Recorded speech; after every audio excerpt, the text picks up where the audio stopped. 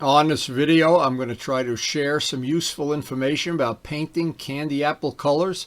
It really doesn't matter if it's red, green, or blue. The rules for candy apple paint are very similar for no matter what color or what brand or what type you use.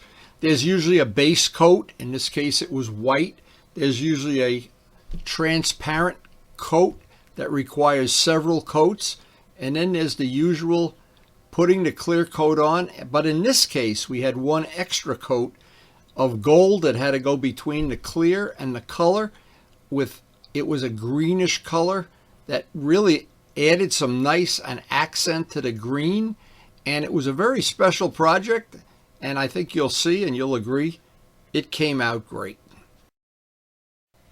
So in doing this fairing repair, what I'm going to try to demonstrate is how I used the special Benelli paint. And this was a special 3-coat paint. It had to be basted out in white primer, then painted green with a very transparent green, and then coated with a special clear that had a gold tint to it. I think a little pearl was in there.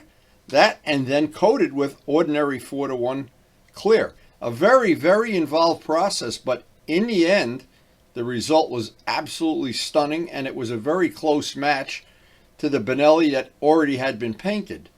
Now, I wanted to start with relatively clean, good parts. The parts that were supplied with this job were not really in great shape. And taking some of the old finish off, and sanding them, and cleaning them, and going through the usual rigmarole cleaning them.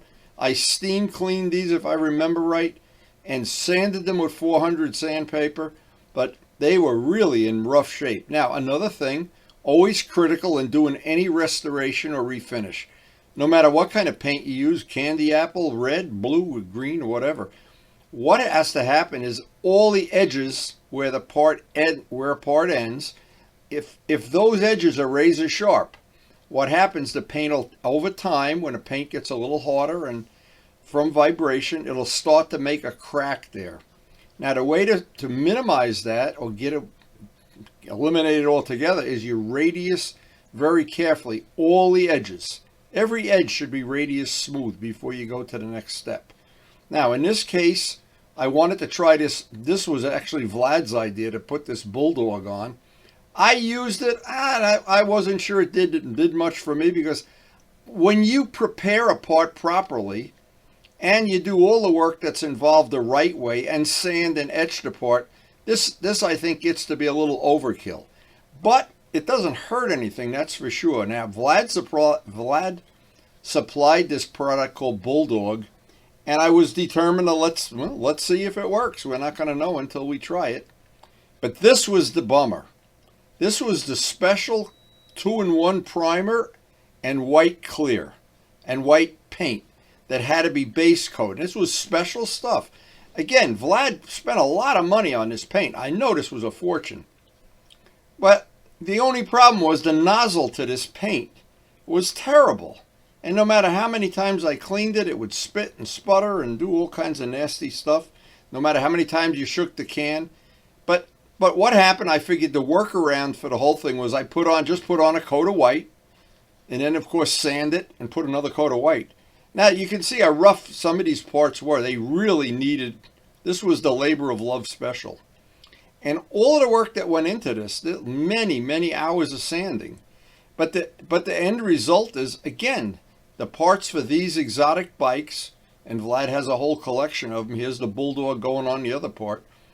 When you make the commitment you want to have an exotic bike, you pay the price in terms of when you need a part, you just can't go to Partzilla, or you want to, you got to have them shipped in from Uzbekistan or something.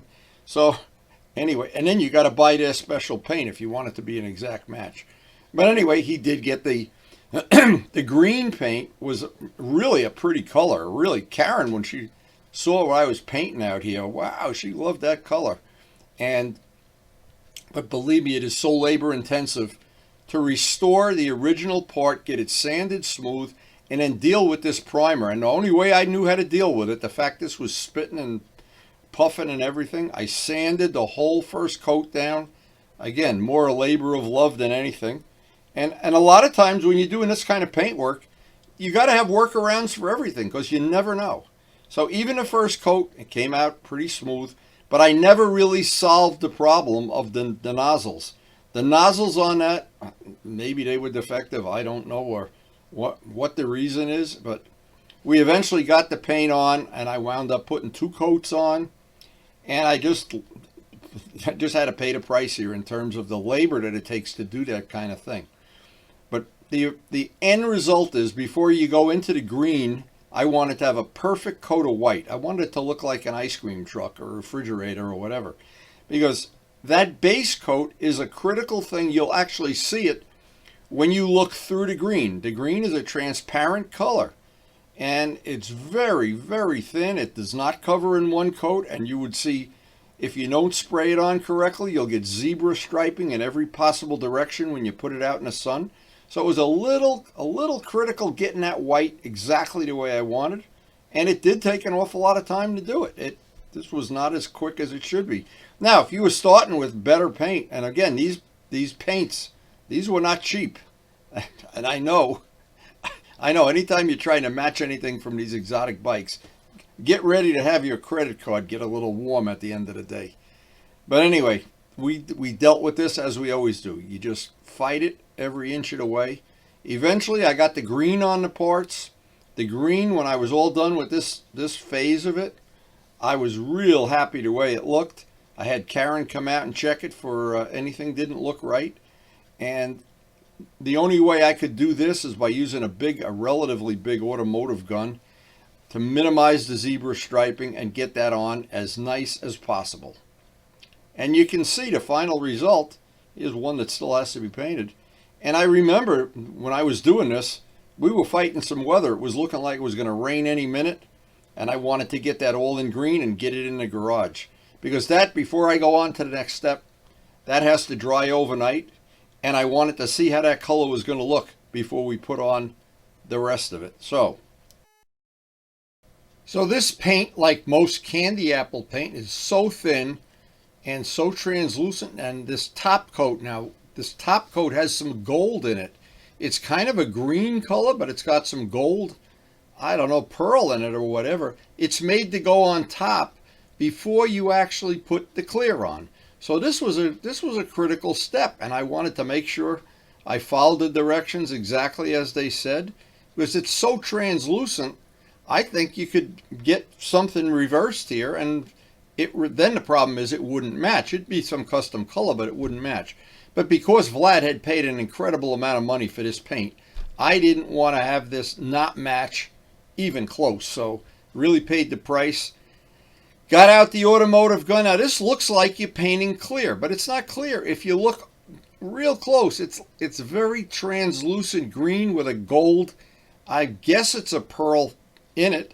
But again, this is why the paint codes for these colors are very, very complex. Now, I just bought matching MT09 paint, and it was $307 a quart. And this, to do this color on these parts, we used 4 different 1-quart cans. Of course, we did extra parts, and Vlad had a lot of spare parts. There's actually 2 sets of fairings to this project. But this was an incredible. If you did this with the $300 a quart paint, you'd be looking at way over $1,200 just for the material. But anyway, and this is really, at this point in time, this was a sunny day. I waited. I was very careful not to zebra stripe it and go back and forth.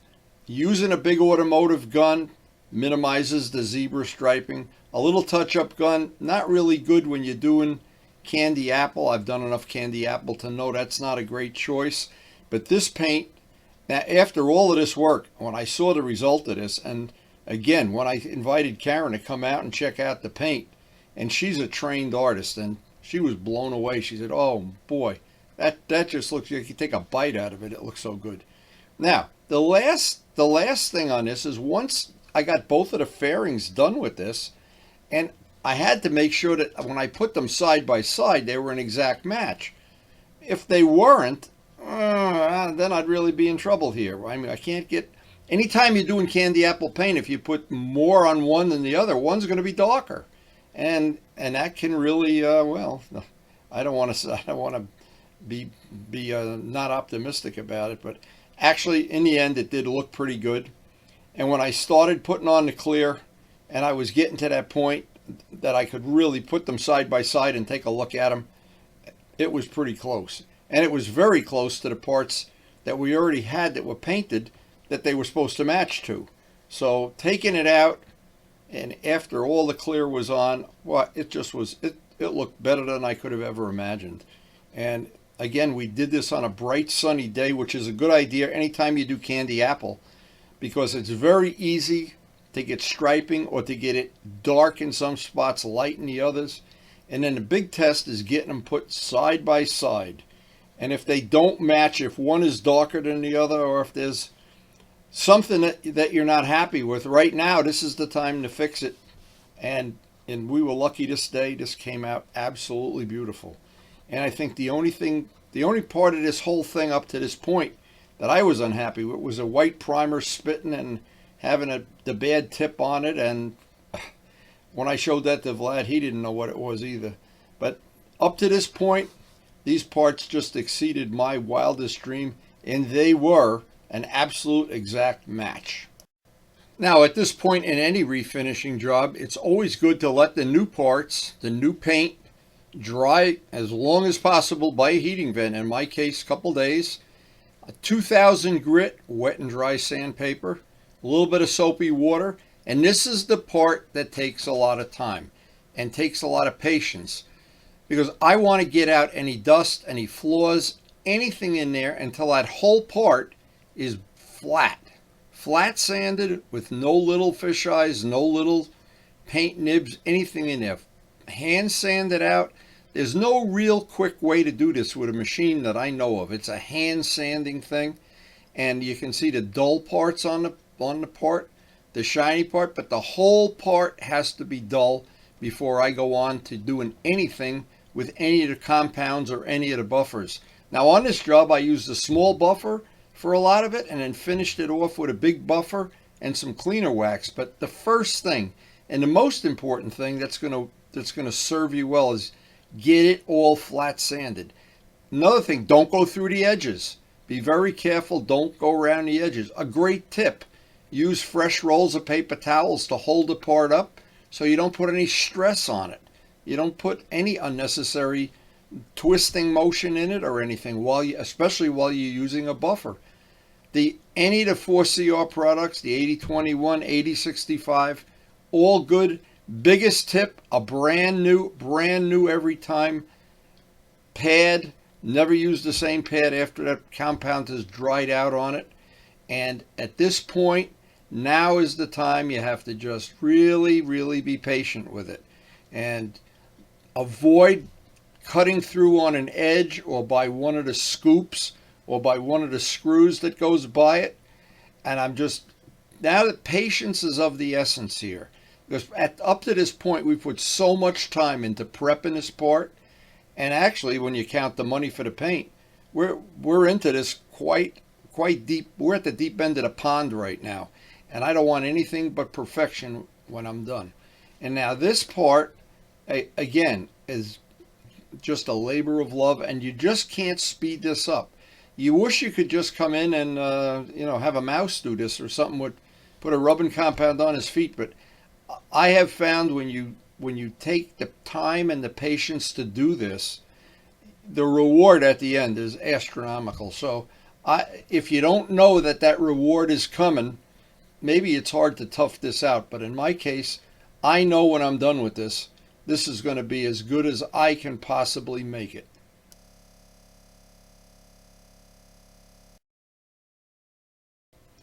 Now at the end, I'm using a rubber glove on my hand to find any little spot I might have missed. I'm working under fluorescent lights. You can see the reflection again. That is way better than working under incandescent lights because it allows you to pick up the mistakes, the little problems, the flaws that are in the job.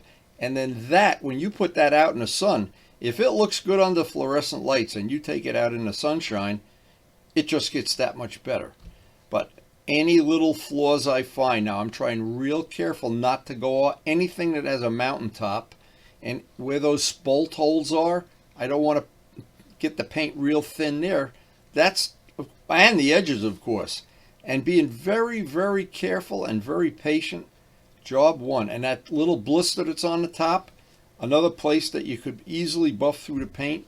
The edges of those scoops, another place that it might get thin. Again, this is why I put so much clear on the parts, because I don't want to have a chance that right now I'm going to go through on a part. Now the big buffer is handy at the end to put on any wax or flits. In this case, what I used, and I thought it was the best polish for this job, was the Meguiar cleaner wax. The cleaner wax and that soft buffing pad do a good job, but I don't like to use the rough pad. I have a dedicated pad that only has the Meguiar's wax on it, and it's a very, very ultra mild compound, almost like it doesn't take any material off.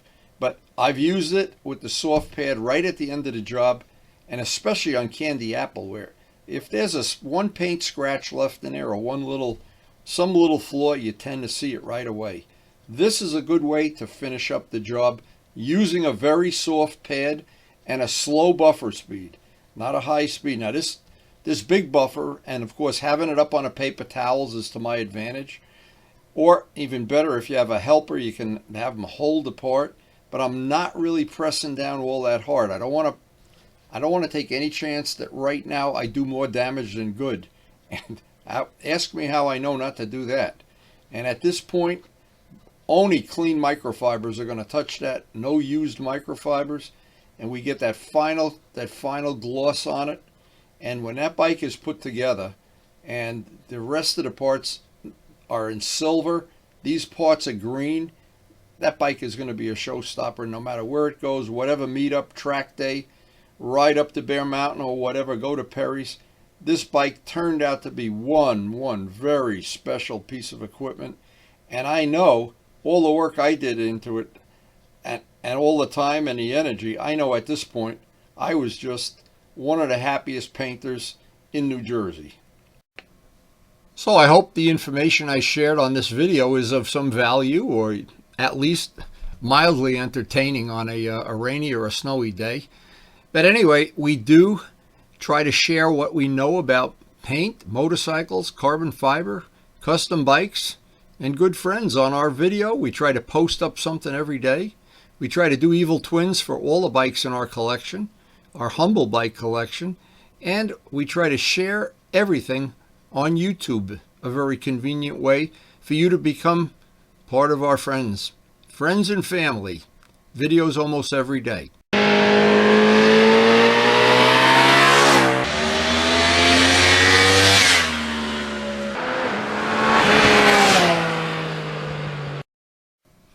Ride safe, and thanks so much for watching.